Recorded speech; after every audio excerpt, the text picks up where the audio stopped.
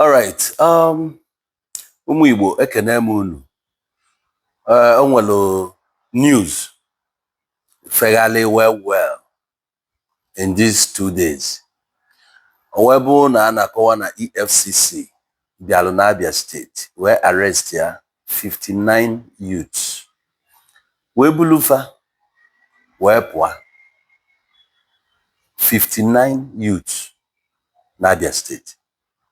Now, oge fa na-apụ, ozi ilu gọvanọ ntị. Gọvanọ wee send their security bụ Alex Chinyere Oti.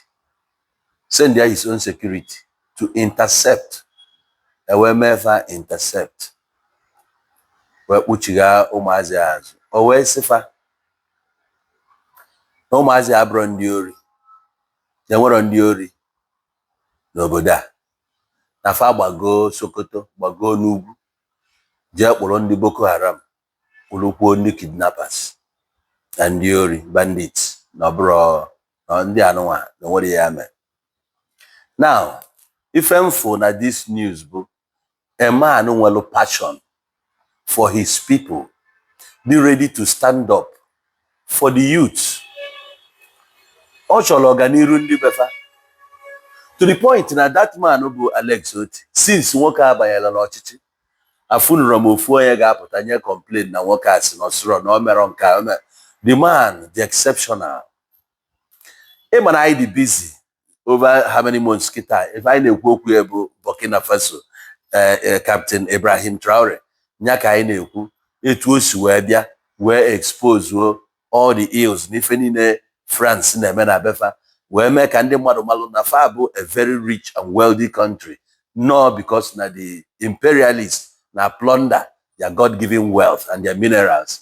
So no ya melufaji wedio na same way can see welfare na buy, not even talking about the oil in Nigeria.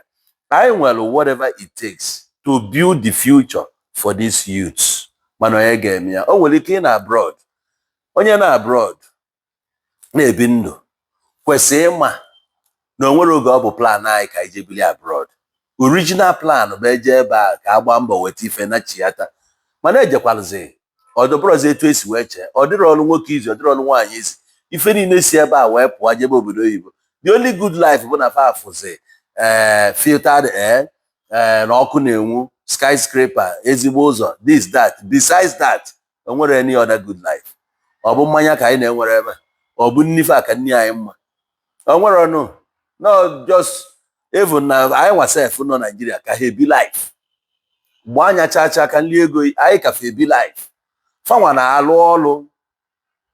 E ga-ebido all over nwere time. Ọ bụ nọ ndị bido 8, a ga-alụgide ọkụ 5. Ọ bụ finish nke a ọ banyekwa ọzọ. Mana ebe a na-eka anyị si ebi like kings. Nsị gụọ anyị nyụọ, arụ gụọ anyị nyụọ, mamịrị gụọ anyị, etu ọ bụ na o si dị mgbe eche ịnọbiri ka ije ṅụọ nkwụ, ije ṅụọ apụta. So life bụ because na ọ dịrọ etu anyị si chọọ ya. Kedu onye ga-stand up for the youth? Ọ ife nji wee na-ebe akwa wee gaa Ọnịcha. Gasị Ọnịcha mee vidio so ma aghọtara ya. Na mfulu youths kafa converge together na-agba mbọ to survive.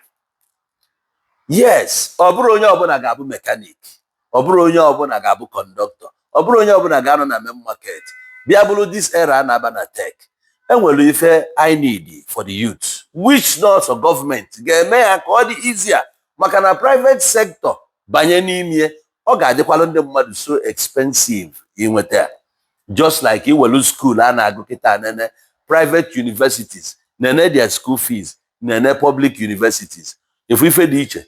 So ife a gọọmenti kwesịrị imele anyị ya mee ya, mana ị na-ekwu kedụzie ife ị ga-ekwu about a politician, a governor send ụmụ ya abroad fa na-agụ akwụkwọ. O gosiri na education system anyị nwụrụ anwụ. Ife ji wee sịrị na akwụkwọ anyị na-agụkwa n'ebe e nwere isi. Ọ bụrụ na the education system dị intern ọ dị solid etu ọ dị before oge ahụ ndị obodo dị iche iche bịa Nigeria bịa gụọ akwụkwọ. Ọ dị isi na one a kịta anyị na-agbapụzi agbapụ ma ndị na-eje ịlụ ọrụ ma ndị na-eje ịgụ akwụkwọ. O gosiri na onwe eze. Who will stand up again like Ibrahim Traore for ndị be anyị? I can even talk about my own state. Governor Anambra State na abroad. If I na-afụ obo ụbọchị efe ya. You know what? You see, if you don't like my style, that's your problem. It's not my problem. Even my handbag, I don't even know when it's if I can be or if I can be if I so now one of those youths and they can only take care of that child, can only raise. Yeah, the parents are not there. And otu ono alone dia. I'm akpọrọ ya n'ọnụ obodo oyibo na-agụ akwụkwọ anya parents ezuru ya. Is that what we want? I chọrọ a level land ebe nna ga-asị nwa ya ngwa gbapụ ebe jee ojesi agbata ọjụọ ka ekisi wee je mana ụdị ife adrọzi ife isi ike na lesser opportunity mezi ụmụazị the porous because a na-akwụtọpụfa n'oge ụfọdụ ụkwala ụmụfa kwanyefa na boarding school che na-eme alụfa ife ọma o nwere ife ọmụ ime alụfa. Everything is not making sense. Kedu onye ga-abụ that game changer for our people, especially the youth who are taking over? Who is going to be that game changer like enwe na Burkina Faso, Ibrahim Traore? I get in many places. I deserve inwe ya here. And well, men of goodwill, they can well integrity for the ready join if I name.